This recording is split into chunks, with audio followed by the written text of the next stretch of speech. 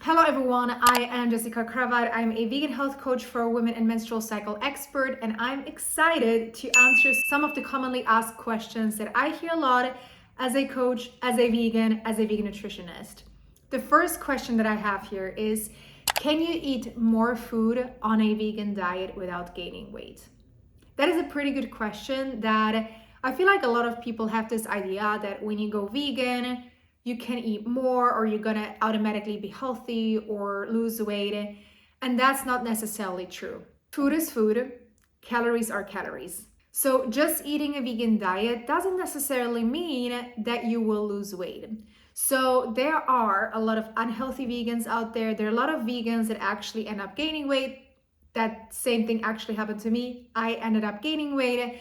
And there are also a lot of people that struggle with the weight despite them being vegan. So it doesn't really matter. It doesn't really just mean that you can eat as much food as possible. When you generally eat more whole foods, you can eat a larger quantity of food, which has less calories in total, right? So if you eat, of course, a bowl of broccoli and you eat a bowl of pasta, a bowl of broccoli is gonna have less calories, but it's a similar volume, if that makes sense. So of course, looking at it this way, we can definitely debate about this, but generally food is food, calories are calories. Going vegan does not necessarily mean that you're going to be healthier or that anything will change for you. The second question that I have here is it possible to get enough protein on a vegan diet? And I want to say yes and no. So there's many different opinions out there, and I think a lot of people are a little bit scared of going vegan because there's just so many things that people think are true or not true. Protein, you have to understand, isn't everything that we eat, right? So broccoli even has protein. The problem is that most whole foods are not a primary vegan protein source. So yes, they will have protein in them, but the primary macro source is usually a carbohydrate.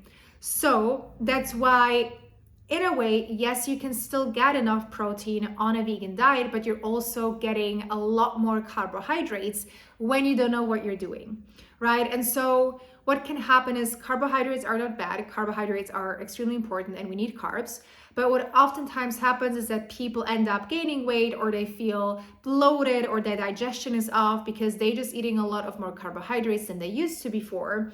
And the balance is a little bit off. That's why it's important, to pay attention to primary vegan protein sources like tofu, tempeh, seitan, textured vegetable protein, protein powder, things like that, to just make sure that you are upping your protein intake. The third question that I have here is, where do you get your protein? So, as I mentioned before, almost all food has protein, right? But it depends in which quantity. So broccoli has around 3.5 grams of protein per 100 gram, but tofu instead has 22 grams per 100 grams. So as you can see, there's quite a big difference, and just because there is protein in everything doesn't mean that you're getting enough protein if you're eating only vegetables, for example. So generally, I would just suggest eating a variety of fruits, veggies, legumes, vegan protein sources, grains, and in this way you will get a good amount of protein. Now, if right now you don't have any goals that you want to achieve, any weight loss, weight gain, muscle gain goals, and you just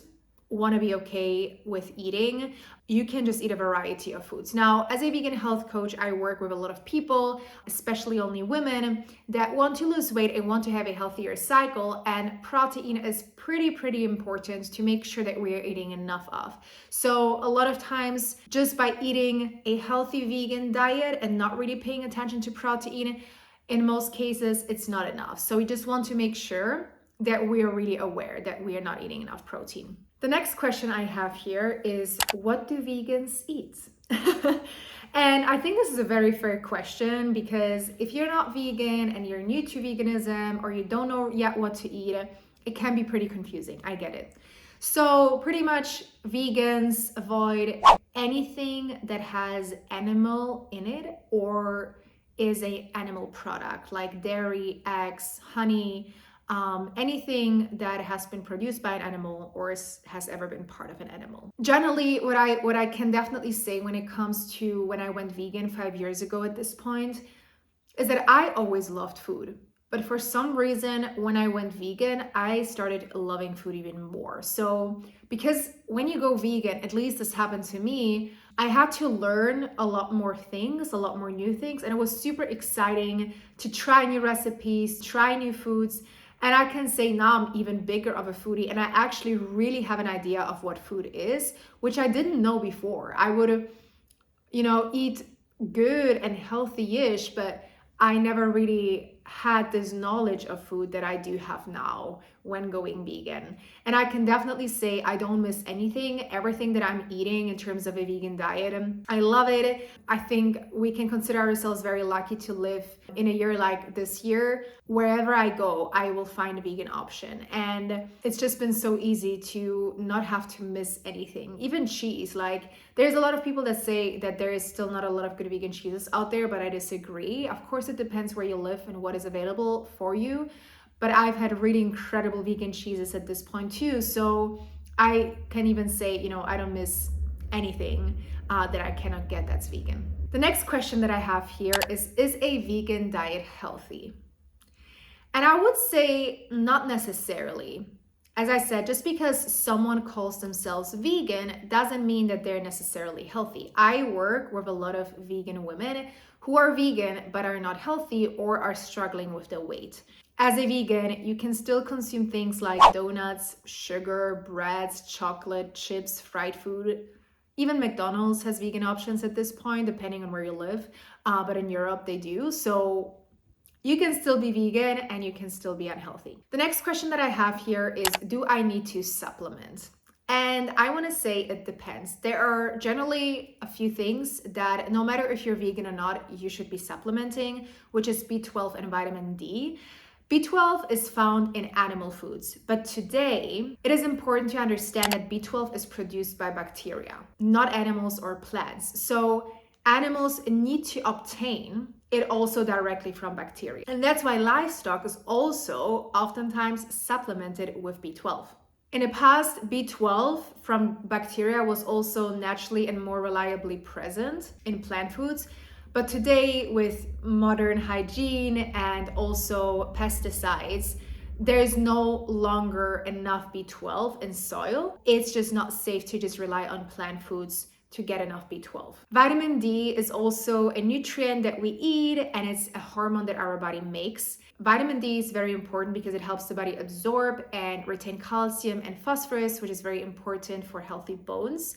But at the same time, most people are not getting enough vitamin D because we live in colder, darker countries. We stay indoors so many hours a day. We're not outside as much as we used to be. And when we are, a lot of us are wearing a sun blocker, which is also good, but we're just not getting it enough in from the sun. So this is also one thing that I would definitely recommend for everyone to supplement if you're eating meat or if you're vegan. The next question that I have here is, can I eat vegan meat alternatives? And I love this question because I have an opinion about it, but in a way that I think is going to be really helpful for people, because I do believe that meat alternatives are a great invention because in a way they are reducing the suffering of animals. Putting the health aspect of these products to the side, with meat alternatives, you're not killing animals. And that to me is amazing. I've met so many non-vegans who were curious and who are buying regularly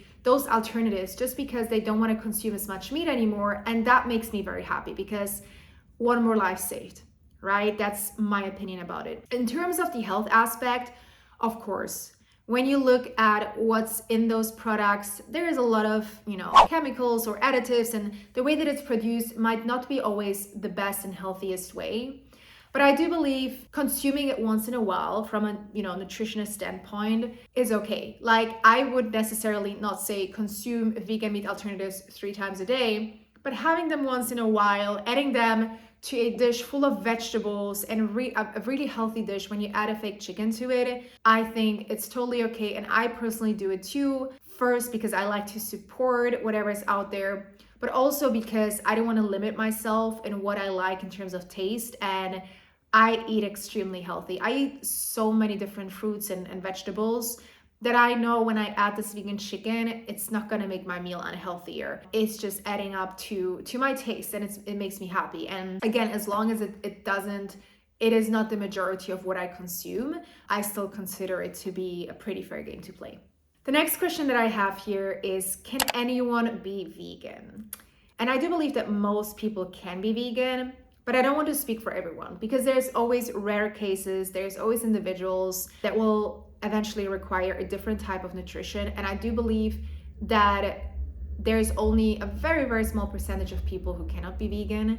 But generally, when you do the right research, when you know how to do it right, being a healthy vegan is pretty easy and attainable. Now, there's a paper by the American Dietetics Association, and they state this about the vegan diet. I'm gonna read out the quote. Appropriately planned vegetarian diets, including total vegetarian or vegan diets, are healthful, nutritionally adequate, and may provide health benefits in the prevention and treatment of certain diseases. Well-planned vegetarian diets are appropriate for individuals during all stages of the life cycle, including pregnancy, lactation, infancy, childhood, and adolescence, and for athletes. So to me, this is a pretty straightforward statement, a pretty good statement to work with.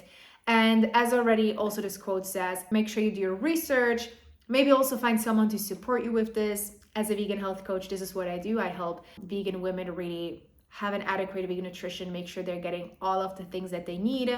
But at the same time, this is just very important that people understand this, because there are still a lot of people out there that believe, I had these situations in my life too when I told people that I'm vegan, and I've had those really weird moments where people would just tell me that I'm unhealthy while my blood results just look incredibly well. So you will find people from all sides. And I don't want to say that I like to get into arguments. I just like to show them the facts and their research.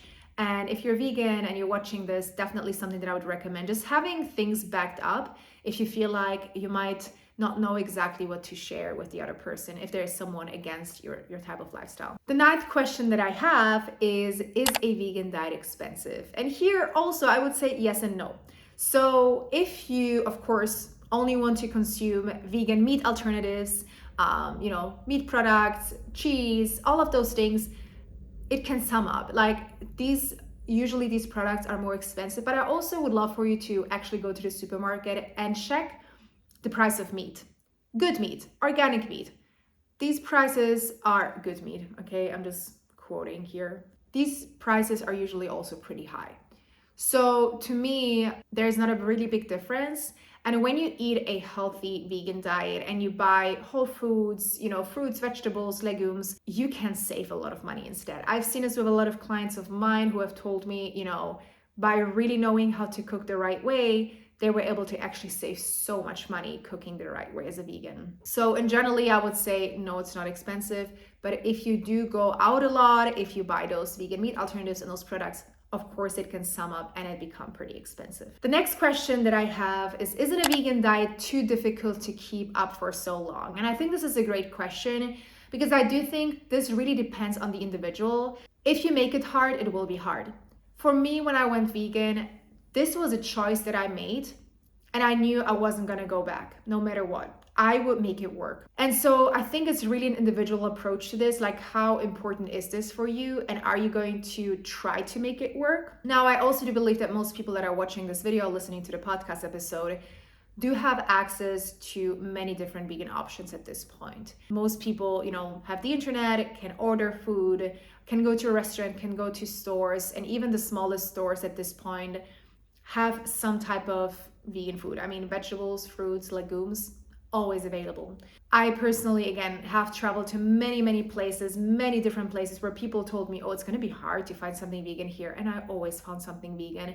Yes, it might have not been maybe the best nutritional food or the best thing ever, but it was a short-term solution and I was okay with it. The next question that I have here is, aren't we naturally omnivores?